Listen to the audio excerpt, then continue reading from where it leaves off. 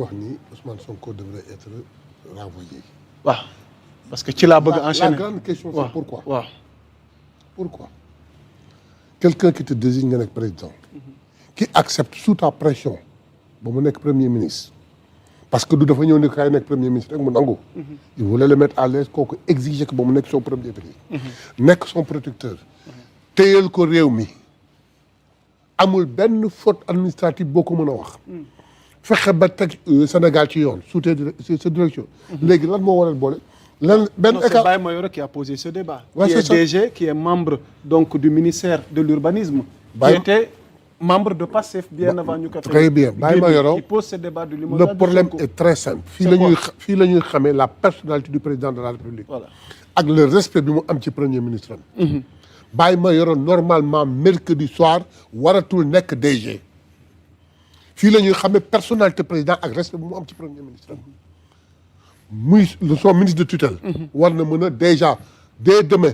wala mardi. non il a produit donc un communiqué. très bien maanaam désolidariser wu moom intitut personnel mais aussi du ministère de l'urbanisme que de tels agissements ñoom cautionné ñu ko ànduñu ci. très bien waaw léegi nag problème bi mooy la personnalité du président de la République le respect des institutions.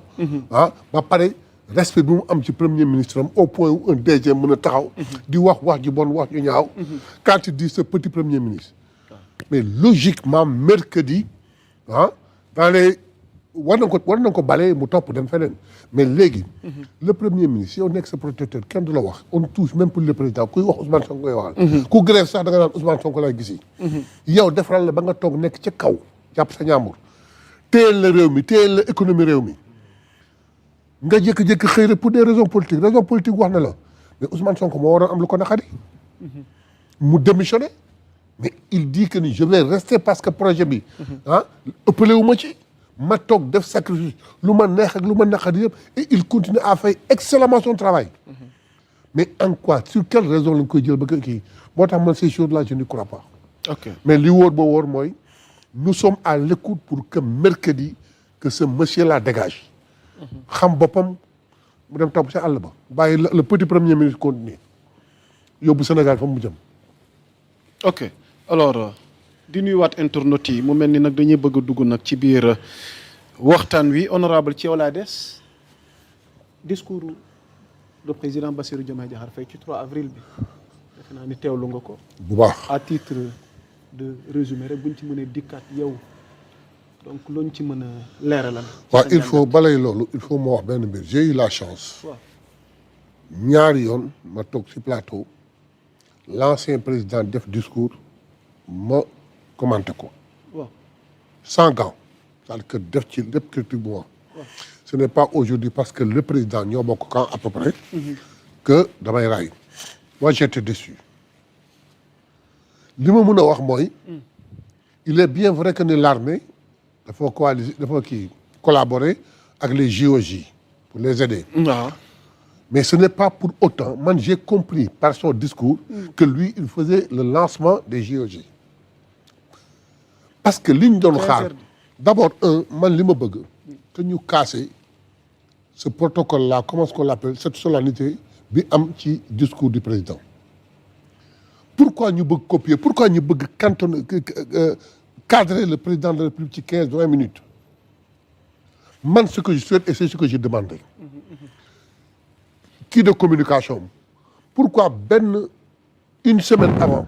mu def benn speech président génn. waxtaan ak askan bi namoon naa leen je vous donne rendez-vous dans 3 jours 4 jours nit ñëpp toog di ko xaar ñu ubbi benn rubrique boo xam ne kenn ku mën a poser seen question que le président ñëw toog à l'aise langage bi ko neex et surtout en wolof comme il s'adresse à sa nation. pendant 1h30 mu jël le temps wax li mu bëgg wax yëpp askan bi mu leer ci moom mais quand tu veux dire au président wolof ak yëpp boo leen booy ñoom ñaar matul 25 minutes mbëgg ci wax tous les problèmes. Heureusement qu'il a parlé du gosse qui est mort. Les soldats qui sont morts en Casamance. Il n'en a pas parlé. Le problème de l'éducation aujourd'hui, il n'en parle pas. li nga xam ni moom la Sénégal yëpp di xaar te moom lañ digg woon. la réduction des comptes. Il n'en parle pas. Justice pour les martyrs. Il n'en parle pas. Quand tu fais une promesse que dans le premier trimestre dinaa dugal toutes les réformes de la justice bu amee retard dooni am na retard mais dinaa ko defar wax nit askan wi leen intéressé mais wax na ay sur certains points il a parlé un peu de sport ensuite quand il parle du sport il félicite l'équipe nationale pour seen coupe d'Afrique et seen demu mondial mais il oublie nos supporters qui sont en kii voilà moi personnellement personnellement je l'ai écouté mais moi j'ai été déçu le discours ne m'a pas séduit du tout très honnêtement très honnêtement et je demande pour que la prochaine fois qu'il prenne le temps na bàyyi affaire tubaab yooyu na toog benn yoon la ko am ci at mi le 31 décembre beneen bi le 3 avril qu'il prenne le temps toog jël temps bi ci war wax ci sujet yëpp wax ci lam ci xalaat ak la ma ko joxe directive c'était l'affaire de l'indépendance c'était pour delloo si waat xel yi ñëpp tolloowaat lancer espoir yi rassurer nit ñi loolu lay jëriñ non mais nga ñëw bâcler ko en 25-35 minutes donc protocole boobu la war a xeexal dindi ko te toog waxtaan ak askanam bi bu jotee te mu wax li mu war a wax yëpp incha allah. yàggul trop ci justice bi te li ëpp ci askan wi am nañ une certaine déception donte gis nañ ne ay jéego ngi am.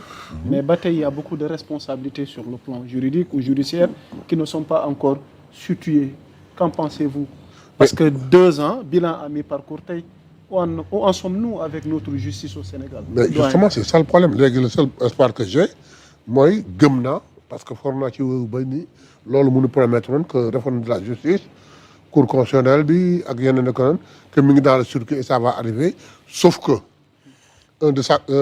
quelqu'un de sa coalition qui maintenant affaire baa ngi nekk habitude chez lui avocat de surcroît qui ne comprend même pas la procédure par laquelle passe un projet de loi pour arriver à l'Assemblée nationale mais xamul sax li muy wax comment l'exécutif peut saisir un président de commission.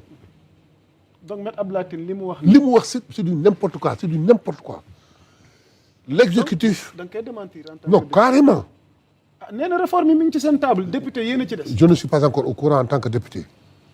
c'est possible mais exécutif buy saisir le président de l'Assemblée nationale lay saisir le président de l'Assemblée nationale woo bureau le bureau de l'Assemblée nationale. informer leen su ñëw ñu def le kii de président ñu toog ñu xool étudier ko xool ni war na mën a jàll soogay def un calendrier pour ça c'est des qu'après la ñuy saisir effectivement la commission de loi qui est la commission concernée mais naka la exécutif jóge rek jéggi président assemblée naan ñëw on l'a remis au président de la commission des lois c'est qu'il sait même pas ce qu'il dit. Il ne sait même pas ce qu'il dit. Mais en tant que député, moi, je ne suis pas encore au courant de qui là, de l'arrivée de ce projet-là à l'Assemblée. Ok, léegi ci réforme yi nag en tant que député. Bon, la réforme des autres. 2 ans tamit yéen it bëri na askan bi ñu ngi laaj yéen lan mooy seen liggéey à l'Assemblée comment depuis 2 ans ak li ñu fi diggoon ci projet bi sur le plan juridique. ngeen toog di seetaan ba tey lu ci bëri defuñu ko. réforme yi defaguñ ko. xam nga ñi ñuy woowee victime la leen daloon diggante 2021 2024 ba tey. France. waaw léegi nag xam nga yooyu yëpp da nga koy dugal ci cadre de justice.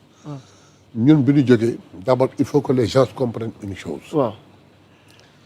que la première année sur 90 des 130 c'était des novices xamuñu exactement le rôle du député bien que Ousmane par sa gentillesse yóbbu nañu ba xamal na lu bare avant même qu'on nous installe.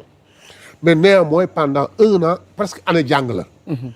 ren bi ñu ñëwee ñu xool li nga xam ni moo gën a intéressé mooy le code électoral pour dire les articles 129 L129 kii L29 et L30. mais L29 L30 mais càmbar nañ ko lépp doxal ko ba teg ko ci yoon pas pour Ousmane Sonko ou pour qui que ce soit mais pour que koo xam ni yàqaloon na la rek. wala teewoon na la bokk tey ñu dindi ko sànni ci àll bi. normalement dans les premiers jours de janvier. waroon nañ ko dugal. mais au 31 décembre 2025. le président dans son discours nous fait comprendre que ni réforme de la justice yëpp daf koy introduire dans le premier trimestre. et surtout le code électoral. on s'est posé la question à savoir est-ce que il faudrait revoir ces 2 articles là ba pare xaaraat un code ñëw donc dañu xaar code électoral bi ñëw su code électoral bi ñëwee. certainement man code électoral bi su ma ko jotoon tey li may jëkk xool L29 L30 laa jëkk xool. non ba kañ il y a eu du retard for na ci wéyu bay ci mi ngi ci circuit bi. donc L29 L30 suñu jotee le code électoral xool li ñu xam ne liggéey nañ ko ndax méngoo na bu méngoowee fa la alhamdi au cas contraire mais on a des instruments comme les amendements on y mettra autant d'amendements pour me confondre à ce que le peuple veut à ce que nous voulons donc loolu mooy problème bi loolu indi on ne l'a pas fait mais il y a des commissions qui sont en train de des commissions d'enquête qui sont sur place il y a des commissions d'information qui sont sur place qui font un travail ensuite les députés ils font d'excellent travail il faut un excellent travail seulement nag nit ñi xamuñu liggéey député lu dul plénière koo laaj fii genn wàll gi yëpp ci àdduna koo ci wax rek plénière rek la ñu xam ci liggéey député te plénière nag mooy je ne sais pas dëgg la bu doon togg la plénière mooy yekk bi duggi marché beeg taalaale beeg kii yooyu duñ ci xam dara